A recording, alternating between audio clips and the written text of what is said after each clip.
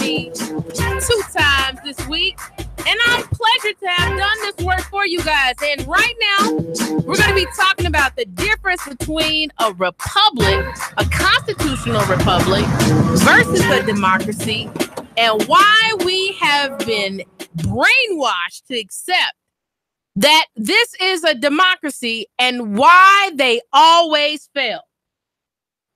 Now, time and time again on my radio show, I'm talking to you. You who may be listening. I don't know who you are, but I feel your presence in the station. That you're listening and you're tuning in to what I have to say because I'm here for you. And that you can't go anywhere else and get the type of conversations that we have. It's not just stories that we're covering. No, these are experiences that we talk about. And then for myself, as well as my comrades like David Toulis, we go off, David is the smartest guy with the bow tie. David is the lawyer's lawyer. The man should have been a lawyer because he certainly would serve the people well. But I see David helping the people more than I see lawyers actually helping the people. David goes into scope of the law as well as literal understanding of the law.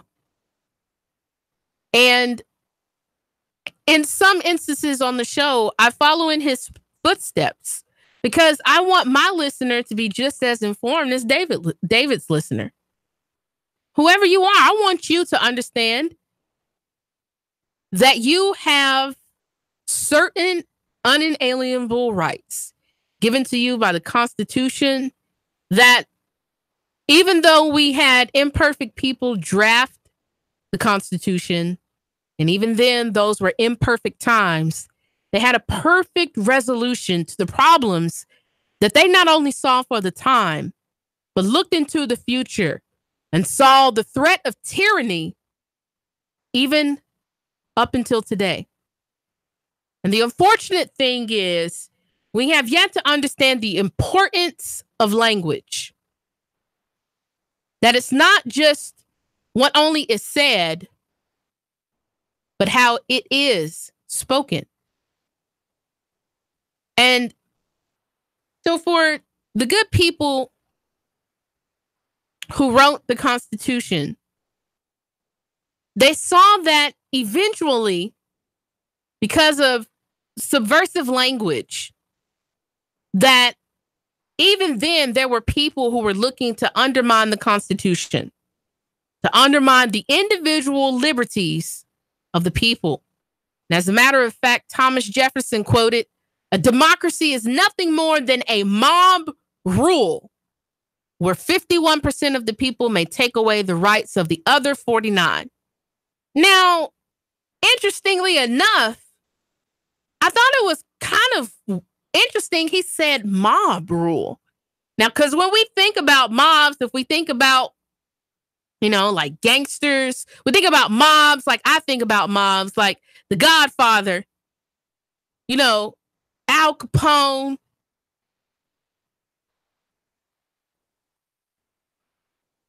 the Five Families.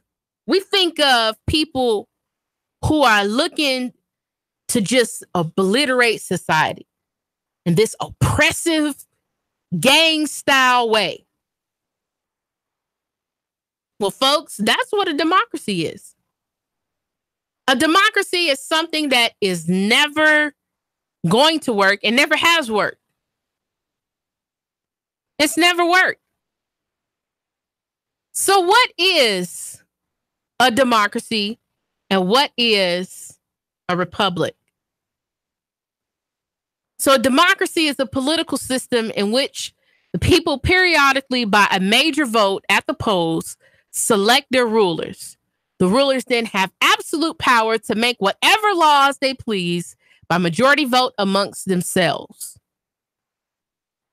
In a constitutional republic, the people also, by majority vote at the polls, select people to represent them who make laws by majority vote majority vote among themselves, but those who rule cannot make any laws they please because the Constitution severely restricts their lawmaking power.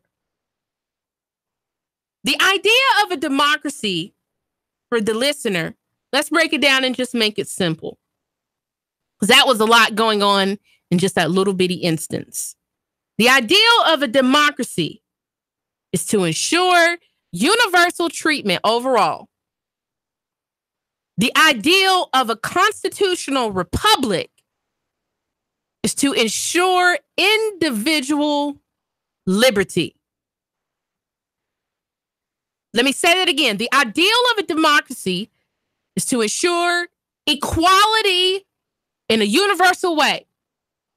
And the ideal of a constitutional republic is to ensure that the individual liberties of the person, for you, that your individual liberties are never infringed upon.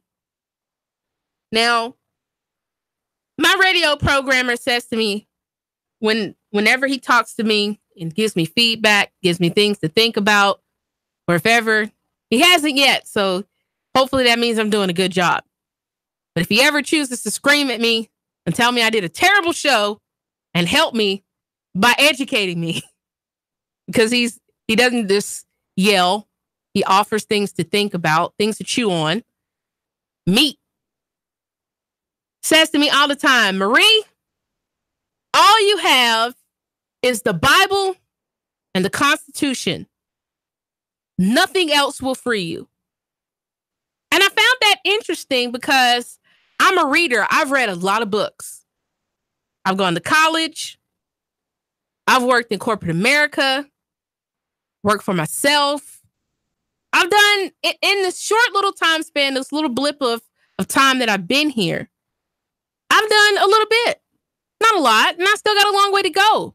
I hope I live a long time, and I hope that I can accomplish things on the radio as well as accomplish things legitimately, traction in my community. That's the whole purpose of any work that I do. If I'm not impacting people in a positive way, my existence is futile.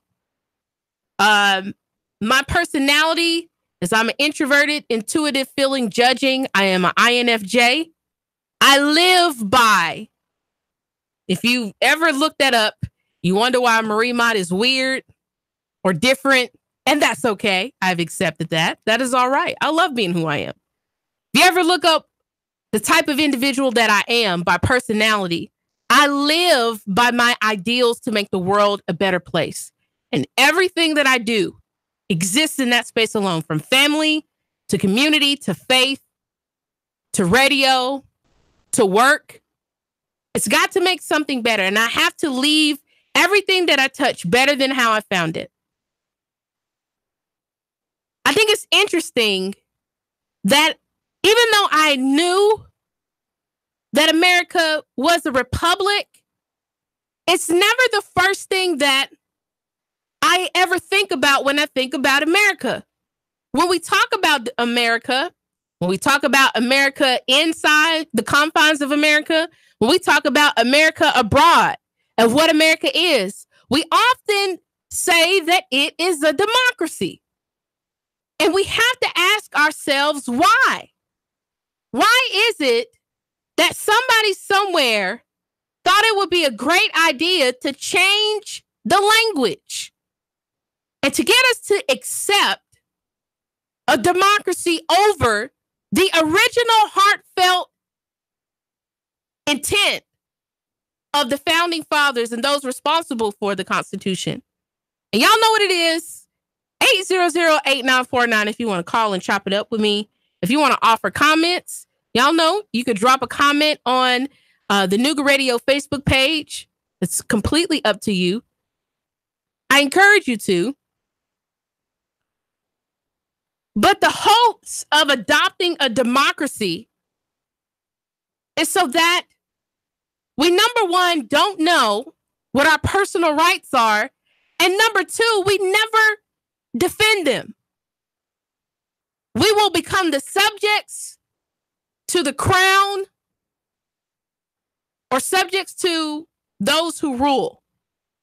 And how is it that we've come to believe? And the sad part is I've noticed the results of this by just simply listening and thinking back as I continue to dig deeper into the Constitution, my constitutional understanding, the works of the Constitution, the differences, the Bill of Rights. As I continue to dig into this, I often think back to conversations and chatters that I've heard over my life period of people who often talk about politics and America. And not only do we talk about or have this expectation that America is a democracy, but then when we talk about the importance of what should happen in our society, we look beyond local and always put the expectation of the saving of America to be on the benefit or the burden of the president as the most powerful being in the nation. And we say this: the president is the most powerful man in the world. You know who the most powerful person in the world is? You. Let me say that again. You know who the most powerful person in the world is? You. You have so many constitutional rights that protect you from tyranny. You would cry if you read the Constitution. You would probably tear up because you would be surprised. Oh my God! You mean to tell me the last time I got pulled over and this happened to me, and I had to go to court and defend myself in traffic court, or I had to go defend myself against this instance, that I had these rights, and usually it's 2 or 3 of them tied together? Shucks, when we looked at jury nullification last week on Friday, because Friday, if you're new, if this is the first time that you're ever listening to me, Know Your Rights Fridays is every Friday where we cover constitutional law. It is my commitment to the community to help you understand what you don't know and why you need to know it. And more than you just understanding it, why you should assert your rights, your individual liberties, which are granted to you by the Constitution through a republic. Which is why if you say that you exist or operate in a democracy, you have therefore acknowledged that you are a slave. Let me say that again. If you state that you live and you exist, move, and breathe in a democracy, you have admitted that you are a slave and that your government is tyrannical and seeks to oppress you. Because a democracy, again, is only about equal treatment overall. Such as when we look at, let me correlate that between the police department on a municipal level, because I've talked about this several times. Warren versus the District of Columbia states that it is not the responsibility of the police officer to protect you or to aid you, but only to protect the city overall. Do y'all understand the language? So if the officer is not there to protect you or to aid you, that also should be a correlation to the officer is also not there. The municipal officer is not there to respect your individual liberties, which are granted to you by the Constitution through a republic. By stating that you live in a constitutional republic, you have stated that you are a free person.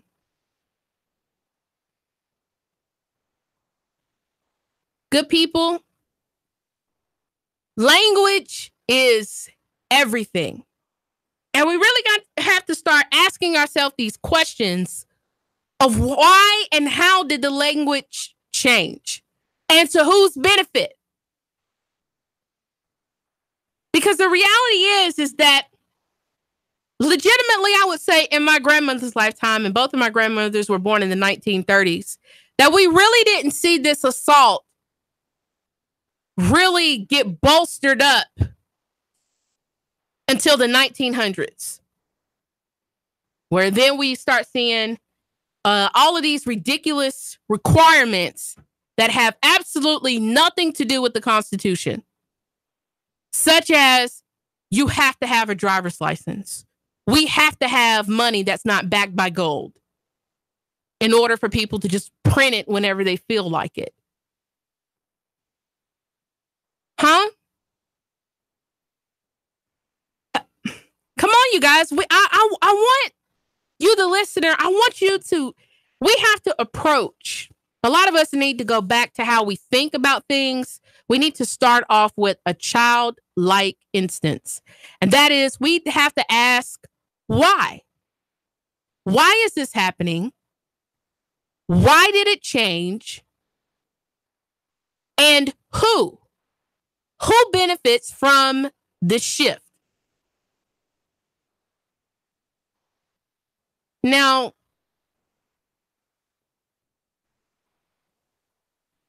we look at why it's so hard for David Toulis to get an answer about Title 55 when you read the Constitution, not very long.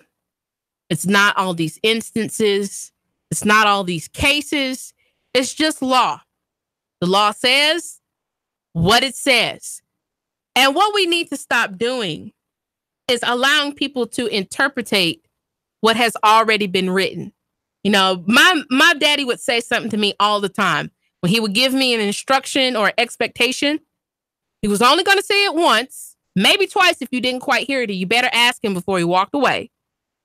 But his instructions were to never be modified.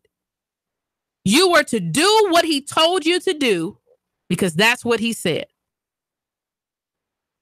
Now, some people would look at that and say, "Ooh, your dad was tough." Yeah, he was. I love him anyway. Yeah, he was tough.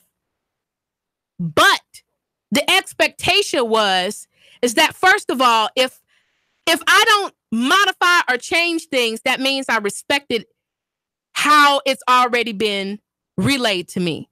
The law does not need interpretation. We need people to stop interpreting the law and just follow it. And that really should start with our government. We need our government to stop interpreting the law. They just need to follow it. If it says that we are traveling privately unless we are participating in commerce, it said what it said. I don't need any interpretation just so you can make me have a driver's license. Because that's not what the law states. Anytime I move about, I live in a republic. I don't live in a democracy. I'm free. Because that's what the Constitution says that I am. Do we ever ask ourselves these questions? Why do I need a Social Security number? My grandmother didn't have a Social Security number when she was born. Why do I have to have a birth certificate? Why do I have to participate in Social Security? Why do I have to pay taxes if I don't even get to decide where my tax dollars go? And the people who represent me are trash. I mean, maybe I'm asking too many questions about our society, but I know good children ask these questions all the time. Well, why? Do you ask why? Why are we trained to be servants, conditioned and socialized to be servants instead of being free? Why is it we don't go into depth with this with our children in school? A lot of us, it's easy for us to scream that we are a patriot because we hang a flag outside, or we put one on our car, or we have a bumper sticker that says that we're a patriot, or we scream and yell it on Facebook or Instagram or Twitter or Snapchat. Or we celebrate July the 4th and have barbecue. But the real work, the real legitimate work, comes when you need to assert your right. And you don't have any fear about doing that. Because when the Constitution was written, the founding fathers had you in mind. They had you in mind, and they wanted you to be free without any constraints. And our government has been intentional and continually denying the Constitution its due respect, and you, the people, the respect of never infringing upon your constitutional rights, which protect you on an individual basis. Y'all know what it is. Marie Mott on the Marie Mott Show. It's coming up this week on Thursday. We're going to have Nick LaFew, Keon Rose for the Gridiron Gang show at the North Shore Starbucks starting at 7. Come out and chop it up with us about sports and maybe have a cup of coffee with David Toulis, compliment his lovely bow tie on that day, and talk to him about law. Keep tuning in. 3, 2, 1. Chattanooga Radio. Digital FM 95.3 HD4. 92.7 FM's news now. Chattanooga police say an officer unintentionally fired his department-issued firearm 3 times, hitting a person who had just committed suicide. The incident happened Sunday morning. Police spokesperson says officers arrived telling the person who was acting suicidal to put down the gun. The person shot and killed themselves. According to the CPD release, the officer then accidentally fired 3 rounds, hitting a chair twice and the leg of the person. All officers on the scene are on leave as the investigation continues. And taking the top spot in consumer loyalty, CHI Memorial Hospital Chattanooga was recently recognized at the 2018 NRC Health Symposium in California for earning the #1 ranking. Other hospitals in Tennessee that made the top 100 include University of Tennessee Medical Center in Knoxville and Vanderbilt University Medical Center in Nashville. The Sean Hannity Show, weekdays from 3 to 6 on Nooga Radio. Val St. John for Nooga Radio News Talk 92.7 Action News now.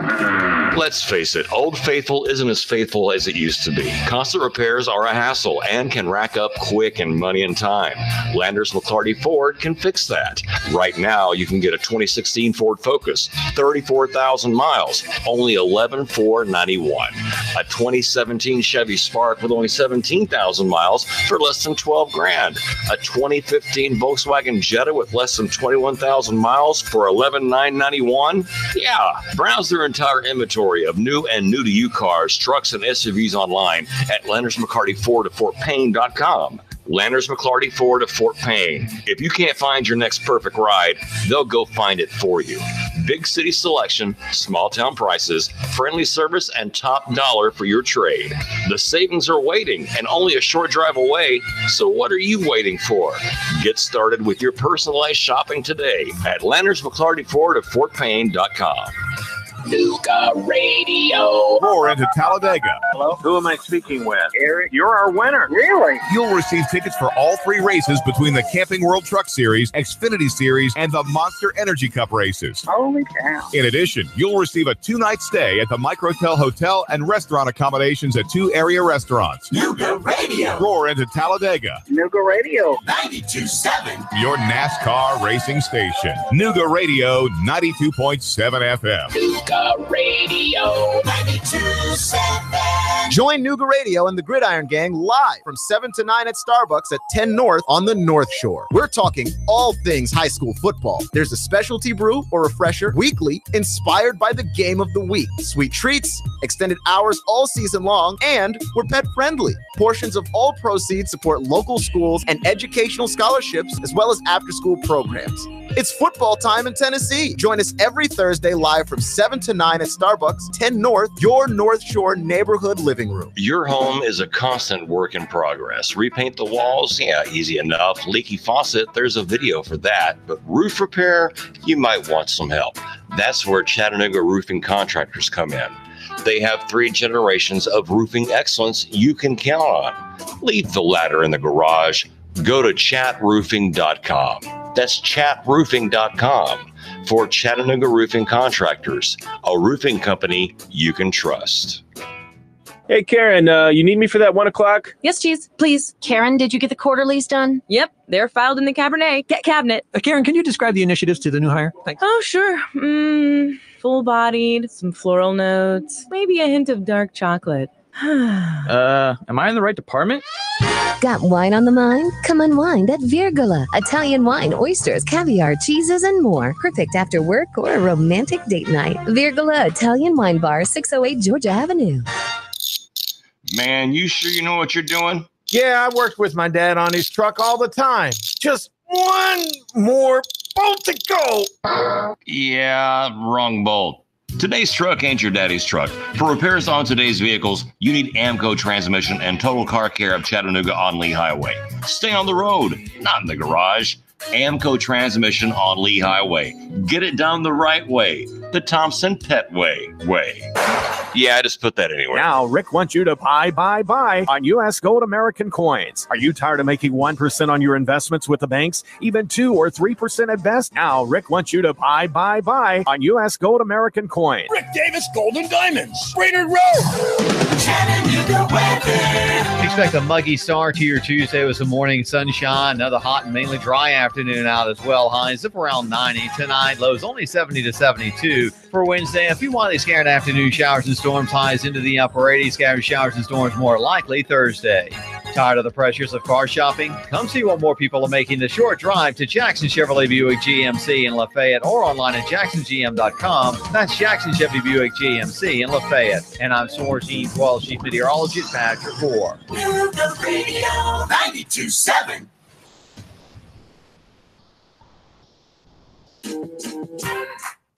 Oh, what's going on? Good people, we're talking about the difference between a constitutional republic and just a plain old failing democracy. And absolutely why we have to understand why the language has changed and who's to benefit from this. It certainly ain't you, my listener.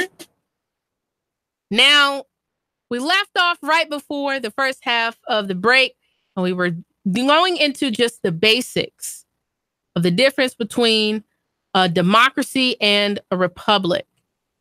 And so it doesn't really matter what we decide to do. We need to ensure that we know the Constitution. We need to be assured that we know what our rights are and that we assert them. Now, when I used to believe, because it's not often that people talk about the Constitution, prior to having a really, really, really good radio programmer, being allowed to come onto the radio, being offered to have a show, which I was ecstatic about, but a little hesitant about, because I asked myself, what in the world could I talk about every single day? Because usually when I see people talking about stuff on the radio or I listen in, it's usually not a whole lot. It's about celebrities or, not to shoot at my other comrades. It's about sports, and I'm not terribly interested in sports, anything other than the Pittsburgh Steelers. I am of the Iron Curtain.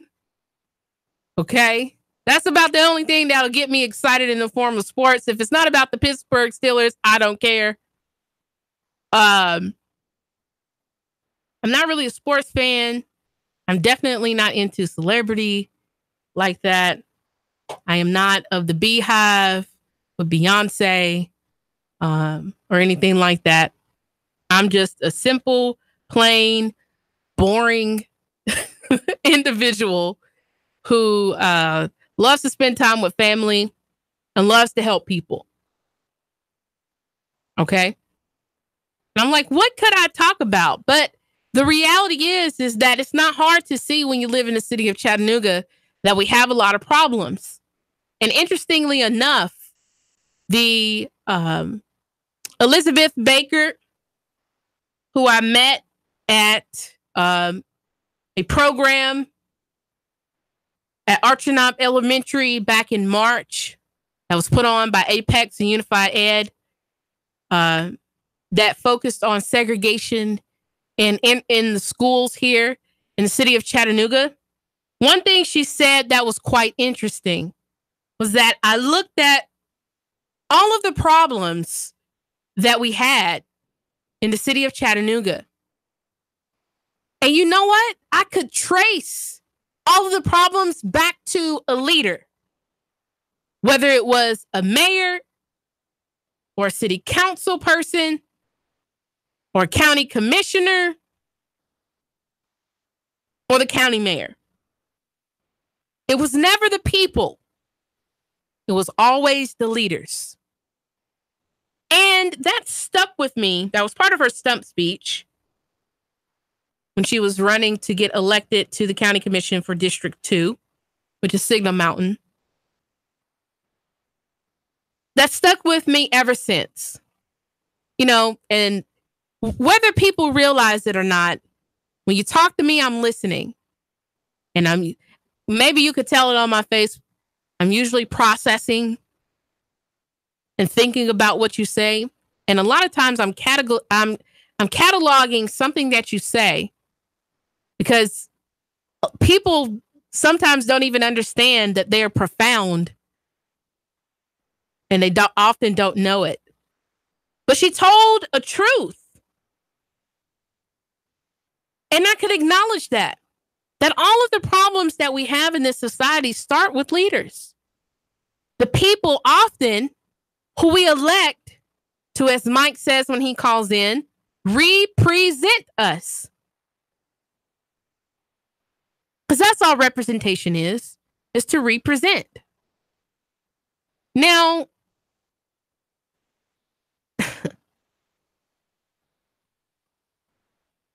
Madison wrote March 1789 that the tyranny of the legislatures is the most formidable dread at present and will be for long years.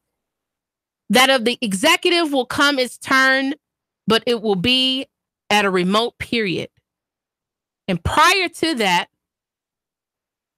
Madison had written Jefferson about violations of the Bill of Rights by state legislators, stating repeated violations of those parchment barriers have been committed by overbearing majorities in every state.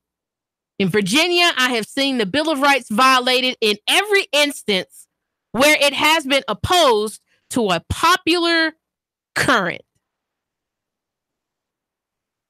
Now, I thought it was interesting when I was looking at going back and digging into the differences between a democracy and a republic. I thought it was quite interesting stumbling upon some of the articles that I read, stumbling upon these sentiments that were relayed back then. So there were a lot of people who were not fans of the Constitution. And definitely, this is how we end up talking about or ever having a conversation started with states' rights.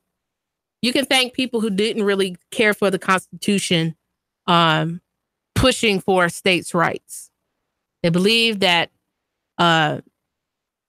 even though the Constitution is not very, very long, it's not like a million laws that we probably have, laws divided into federal laws and state laws and local laws and all these laws. The Constitution is a short document, very simple, beautifully written, plain to understand, even in the language that was spoken at that time. It's easy to understand. What is interesting now is that when we talk about law or we talk about expectation of following law, it's often Article 5, Section B. It's something complex. It's severely ridiculous, hard to understand, and most people just give up. Unless you're in prison, because you have so much time on your hands, you might as well learn some law. Or unless you're like David and you just have a love for law to the point to where you desire to study it. But even then, we have those responsible for drafting the Constitution and the Bill of Rights looking and seeing then that we were having problems with people not treading on constitutional rights. Good morning. Talk to me. Or good evening. Man, you knew when you mentioned the Constitution I was going to call. I know it. I was waiting. Do you know how the Constitution came about? Probably not. Most people don't. Nope. Articles of Confederation existed prior to the Constitution in the 13 colonies were using that, but it was a loose confederacy. In other words, states were taxing each other and they were charging each other tariffs. And, they went to Philly to fix the Articles of Confederation, and they basically just threw it out and said, we need to really just start over here. And that's how they came up with it. And the whole idea is this, and I just have to say this because if you can't change the Constitution, they change the meanings. That's what they try to do. And it's a doctrine called void for vagueness. In other words, they attempt to cunningly coerce you out of your constitutional rights by destroying the original meaning of what words were at the time. Like the word dollar, for an example. They change that. They attempt to change those meanings. When the Constitution was adopted, they recognized that states had the power of countries. So each state, like Pennsylvania, is not a state; it's a commonwealth. It existed prior to the Constitution. They had the powers of a country. The federal government's only role was to settle disputes between the states and to have no relationship with the individual. Their relationship is to be with the states. That's why the Senate was elected by the states. Senators were sent to Washington, D.C. to represent the states. That's why each state has 2 senators. The House of Representatives represented the people of the states, but the Senate was to represent the interests of the state. And if you look at Article 1, Section 8, they're the powers that were granted by us to them. And they're very limited, like the power to coin money and regulate the value, to borrow money on the faith and credit, and to print paper money or to emit bills of credit was struck. Roger Sherman said, we will never give the general government the power to print money because under the Articles of Confederation, the states printed their own money and the economies near collapsed. So why do we do that now? Well, they don't. Technically, they don't. It's done through a private banking cartel, one of the biggest criminal enterprises, in my opinion, called the Federal Reserve Banking System, which is a 12-member bank, which was created in 1913. And they're the ones that actually control the monetary system. It's done through a private corporation, the Federal Reserve Banking System. It's not done by the United States government. The United States government borrows money. They claim it's money. Since there's been no redemption since 1968 on your silver, it really isn't. It's just evidences of debt. So there's a lot that's been going on in the past 100 years to enslave an entire nation. And the nation is enslaved. But the Constitution was put there, as Thomas Jefferson said in the Bill of Rights, trust no more in man, but bind him by the chains of the Constitution. It was a document whose purpose was to limit the power of government. And I've asked politicians over the year, what can't you do? And you know what their answer is? We can do anything we want. You see, because they only want us to obey the law, not them. You'll get a letter saying you have to respond in 15 days. They can take forever. Mm-hmm. They enforce the rules they want to enforce and change the language and manipulate for their purposes. And I always tell people, if you argue the facts in court, you're going to lose because they will manipulate the facts and they will pay people to lie on the witness stand. If you argue facts in court, you will lose because the judge determines the evidence that the jury hears. And you're not going to get your evidence in. The only way to ever win in court is through due process and arguing the law under the Constitution. Wow. You said a whole lot right there. But the Constitution is our sword. Never forget that. Mm-hmm. The Constitution is our sword because it says, we, the people of the United States, give you this. We, the people. Which means when you swear an oath or an allegiance to that Constitution, you're doing it as my servant. We're the boss. And understand this, everyone now from the dog catcher to the president is subservient to you and me. Because under the Equal Protection Clause of the 14th Amendment, those bills of rights now apply to the states. And those government entities, anyone that accepts a government check must adhere to those bills of rights and is our employee. They don't want to hear that. But no one put a gun to their head and said, take this oath. And you know what's interesting, Marie? I guarantee you, if you ask anyone that's taken an oath to uphold and obey the Constitution and ask them to recite from memory one thing verbatim out of the Constitution, they can't do it. So now you've taken an oath to something you haven't even read, which makes you a liar. How can I trust you in office if you're a liar? They can't even cite the First Amendment verbatim. So they've taken an oath to something they've never read. And yet they want to change the language in it and say, you're wrong. You're wrong. No, I'm not wrong. This is my Constitution. I've given you limited amount of time to work under it. I'm your boss. Never forget that. Yes, sir. And that's what these servants of the Constitution have to understand. And thank you for bringing that to our attention. Yes, sir. Y'all, Mike is always dropping it on y'all. I'm telling you, he is on my show. He has been dubbed Mr. Constitution from Philly himself. You know, part of the reason why I believe a lot of us don't know this information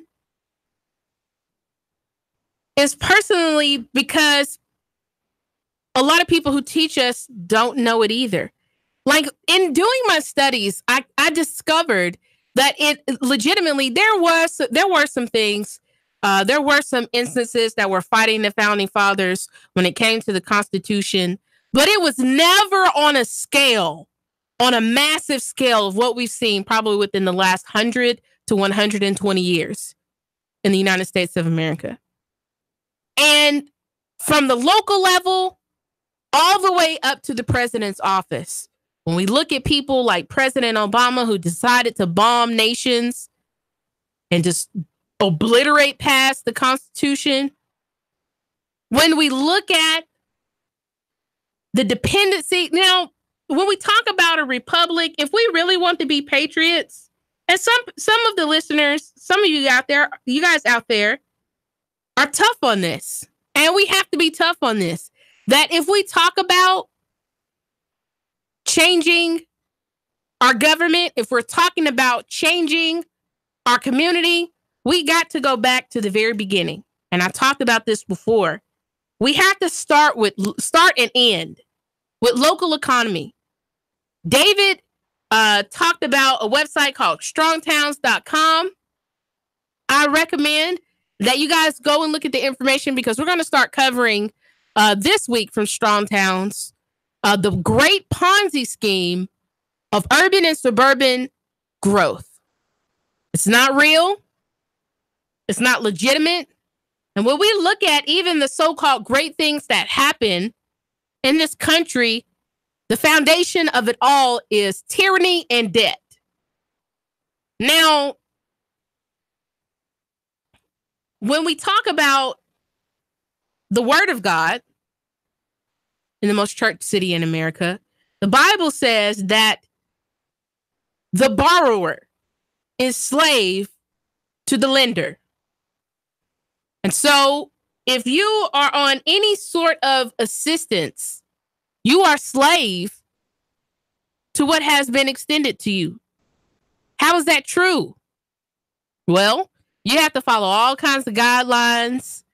You can only work so many hours if you want public assistance. You can only make so much money. And God forbid, if you ever make any more money than that, then bye-bye benefits. Do we ever ask ourselves, why do, first of all, we need to depend?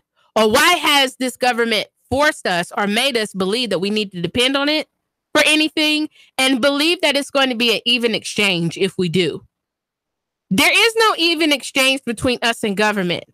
The reality is I continue to tell you, the listener, this because I'm just talking to one individual, one person.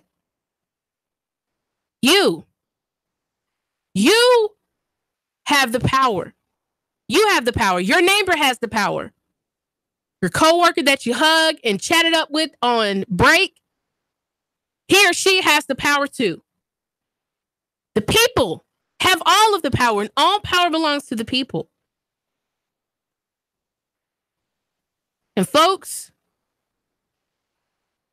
now the autobiography of John Adams He made an entry in 1775 in June. It says, by conventions of representatives freely, fairly, and proportionately chosen, the convention may send out their project of a constitution to the people in their several towns, counties, or districts, and the people may make an acceptance of it their own act. Folks, we have to reject the ideology that we have no power, that we must depend on people who don't even know. As Mike said, they don't even know the Constitution. They don't know it. They're sworn to uphold it, to follow it down to the letter. How can they do this if they don't even know it? And then proceed to tell you what you're guilty of. And you would believe them.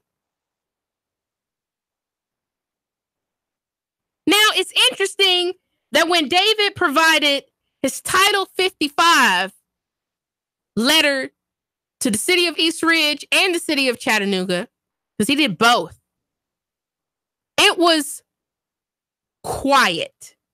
Nobody said anything, and then all he gets is this response of, well, we're basically how I feel about it, in more or less of any words, we're just going to do what we want to do. I don't care what you sent in, what evidence you have. The people don't know, and so they can't pressure us to do what is right. We talk about it all the time on the Marie Mott Show. The people have the power, and all power belongs to the people. And I want you, the listener, to do something for me, and that is study the Constitution and the Bill of Rights. Y'all know what it is, Marie, on the Marie Mott Show. I love you guys. It's nothing that you can do about that. I want you guys to have a great Tuesday, and if possible, share something with me that you learned about the Constitution on Friday. 3, 2, 1. Chattanooga Radio. Digital FM 95.3 HD4. 92.7 FM's news now. Chattanooga police say an officer unintentionally fired his department-issued firearm 3 times, hitting a person who had just committed suicide. The incident happened Sunday morning. Police spokesperson says officers arrived telling the